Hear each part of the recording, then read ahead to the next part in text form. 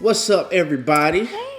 Jerry and Tanisha Flowers here, and today we want to talk about my mouth is out of control. I mean, just wildfire, blazing, out of control. You don't know when to stop talking. It's just out of control. And everybody know that person that don't have that filter. They just have no filter. They just say whatever they want to say. And here's the thing, ladies.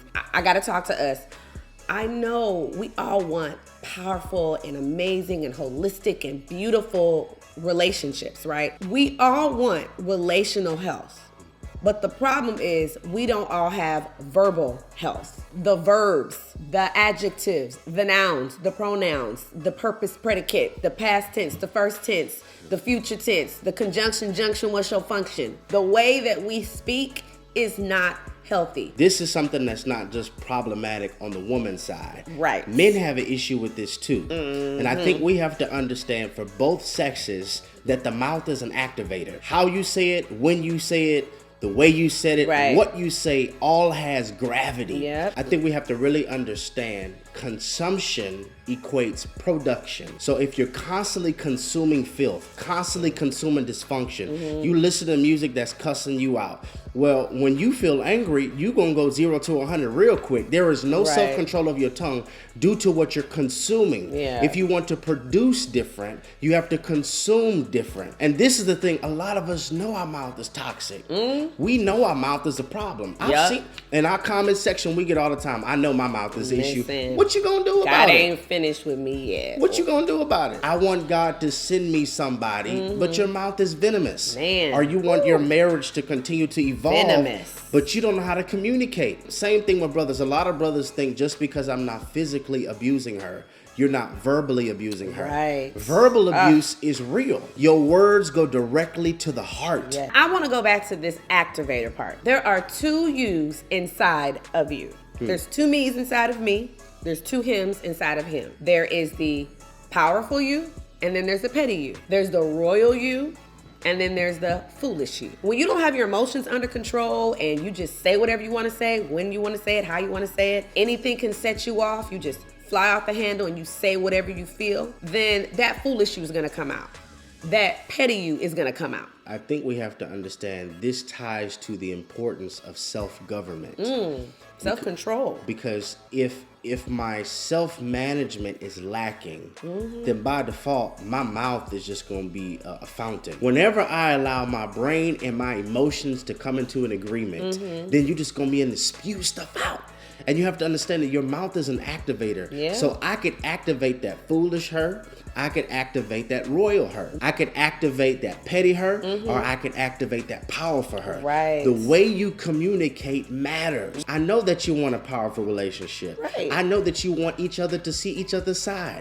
But the problem many times is how you're saying it. You just don't know how to talk right. You don't know how to say things in the right way that are conducive and life-giving. Even if it's a conflict, even if you disagree, even if you get into a heated discussion or an argument, there are ways to do it properly. But when you don't have those things under control, then you are always going to speak petty. You are always going to speak foolish. You're not going to have a consistent, healthy communication between the two of you because you haven't learned how to master your emotions. You want to have relationships to where when y'all get together, hell gets nervous.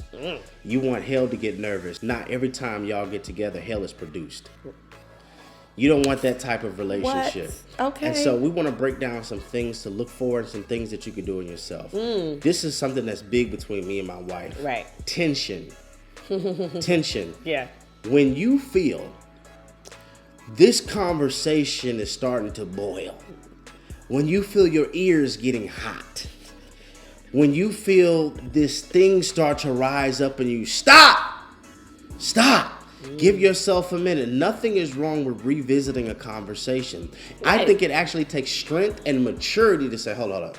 I find myself getting upset. I just need a moment to calm down. This isn't going to go in a healthy place. If he's the one that's like, I want to talk about this now, or we need to resolve this now, and I'm the one that's like, no, just give me a minute.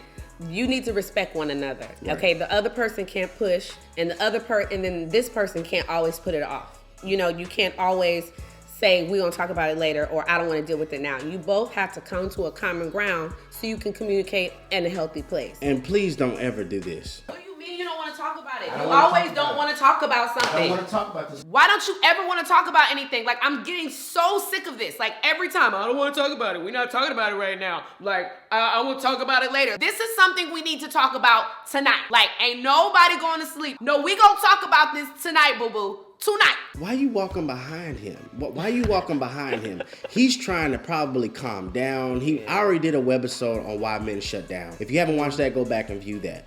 But you don't ever want to walk behind him like that.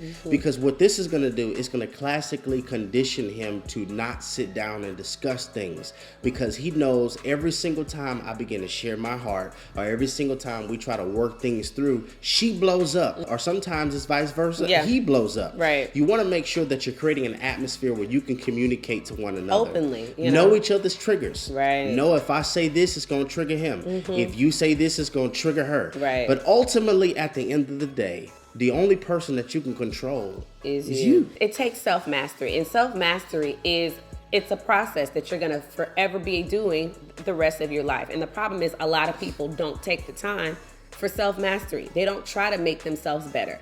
They don't recognize, hey, you know what?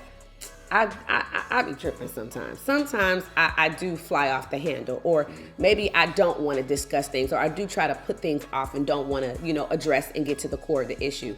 When you are focused on self-mastery and being the best you that you can be, then you can come to a place where, like, okay, you know what? This is uncomfortable for me, but I do need to grow in this area. It's dangerous when you allow feelings to take the steering wheel. Yeah. And sometimes you have to be mature enough to recognize I have to put my feelings aside. Absolutely. And that's the last thing I really want to tune in on. Filter. See, this whole colloquialism in our generation of no filter. Right. That's not kingdom. No. I ain't got no filter. I'm just telling it how it is. Look, you may not be able to know the difference between dysfunction and gossiping, but your harvest will. You can't just sow the seed of gossip and say, I'm just keeping it real. Right. That's not, you have to be able to know, I have to filter. And the way to filter sometimes is by not saying nothing for a second. Not saying nothing. Let it process. Let it marinate. And that doesn't mean that you're shutting down. That means that you're processing the information. Tension, pushing it, filter. Right. Those are some things we really want you to focus on. And also, do not forget, what you consume is what you'll produce. Yes. And the reason many times it's so difficult to get this tongue under control is because of all of the consumptions we experience. Some of us, the stuff you consume as a child, stuff you heard your mama say, your daddy say. We ain't even talking about hip hop. We're not even talking about your favorite sitcoms. Yeah, we're talking about TV. We're talking about what you experienced as a child. Right. Some things you have to filter that out. You have to filter. Throw it away. Don't filter. Trash it. Trash that stuff. Dump it. Because put it in the trash and erase. It is not contributing to your healthy dialogue and your healthy communication, your healthy speech. It's not contributing to it. You have to let some things go. You have to let some things die. You got to kill some things. Yeah. Redefine TV. Or redefine relationships righteously.